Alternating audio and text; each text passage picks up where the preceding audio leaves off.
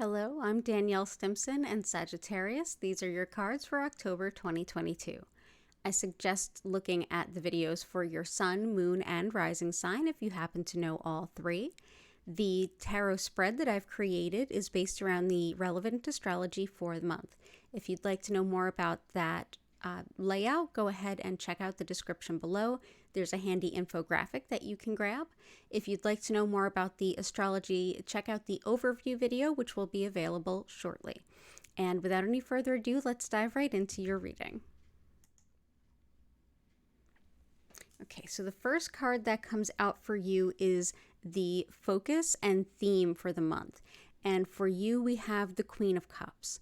The Queen of Cups is holding space for emotional well-being, and when in balance, this is like the mom on the cul-de-sac that takes care emotionally of all of the children in the neighborhood.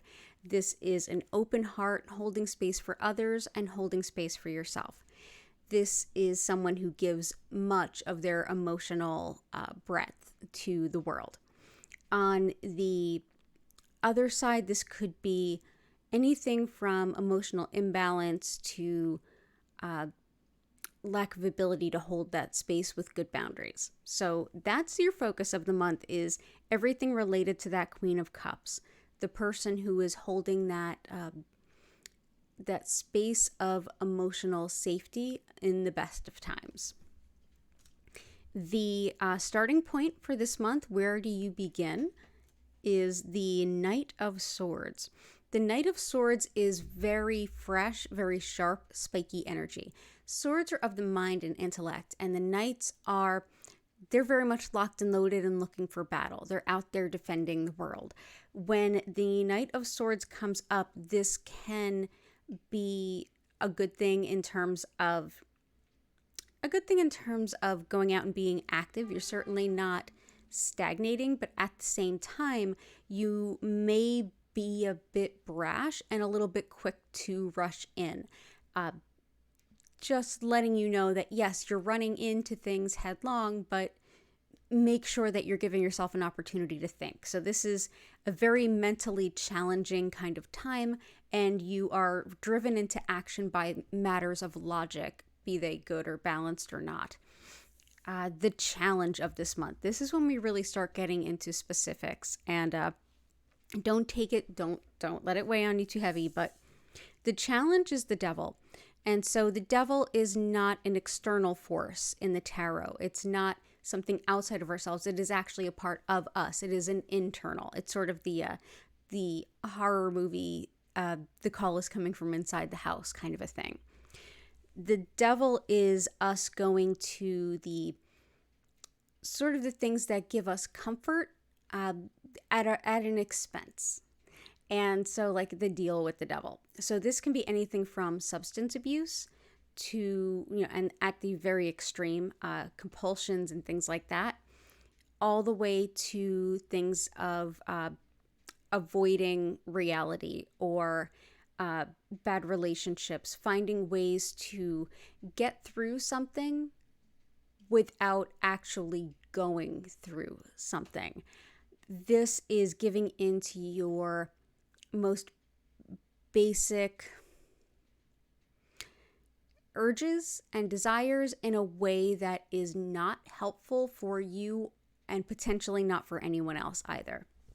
So when the devil shows up in the challenge, I feel like this is a little bit more internal. It can be a show of you're dealing with something externally. This is someone else's devil tendencies and they're showing up in your world. But more often than not, this is like, hey, this is a time to start unpacking whatever it is you're doing that's getting in your own way. This is like the epitome of shadow work. And when this guy shows up in your reading, this basically tells you you have a chance to take advantage of taking care of this and start facing it head on before it consumes you, before it causes so much damage that you're basically forced into curtailing it or dealing with it in some way that you'd rather not. So the challenge is to get a hold of your lowest self, your most shadow self, and start to pick it apart and see what you can do to support yourself to not behave in ways that are not in your highest good. The whispers from your guides is very much what it sounds like. What can you do? How can you work through this? What's the best way to move through this sort of devil mentality? And it's strength. Strength and the devil definitely have a relationship here in this reading.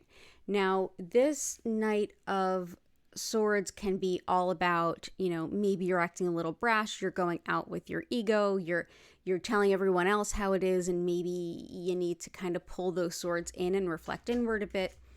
The devil says, yeah, you could.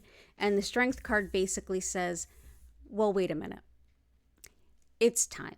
It's time to go inward within yourself and go to the tender places, the places that scare you, the places that hurt you, and start to heal that internal wound. When the Strength card comes up, we see generally a lion with a woman. That's the traditional iconography of it. And it always brings up that old folktale to me, the going to the lion and pulling the thorn out of its paw. And it's scary to go to a lion. Yes, the lion needs help, but it's scary because, it's a lion. It might eat you. But by going to that lion and pulling out that thorn, you end up with this strong ally for life. And it's really a parable. That lion is really you. And that lion is really the part of you that is acting this way. By going to that place, which your guides are with you and you have support, there are people and places and resources around you. If you go to that place and you're willing to undergo that transformation on your own terms, you will come out on the other side. You will come out stronger. You will come out happier, and it will be a transformative experience, not of, oh, that's a shame I had to deal with that a while ago. You will come out a different person for the better and live a much more comfortable life. So whatever it is that's showing up for you here, it could be anything from an abusive relationship to the examples I gave sooner. This is basically saying your guides have your back if you're willing to face whatever is represented here. The next card that we have is one that is indicative more of the spread that I've created for you. And it's not so much a card of the month, so much as a card of the upcoming eclipse season. A card that will help you if you steer into this and explore it a little bit, will make that coming eclipse season a lot easier for you. It's called Exploring Values and Beliefs, and this is a time for you to do exactly that. Maybe look at the places within yourself, the attitudes, beliefs, thoughts, and assumptions that we all have, that we all just assume are true. We grew up with them, maybe. We saw evidence of them, maybe. And we're just like, yeah, this is the way that this is. Is it? It's one of those kind of things. We will be called to action with very little time to think during this eclipse season. Doing this kind of reflection now will serve you well then. And here we have a minor arcana card for you. This is the Two of Cups. Your homework, if you choose to accept it, and frankly, if you're busy doing this work, more power to you. Focus on that.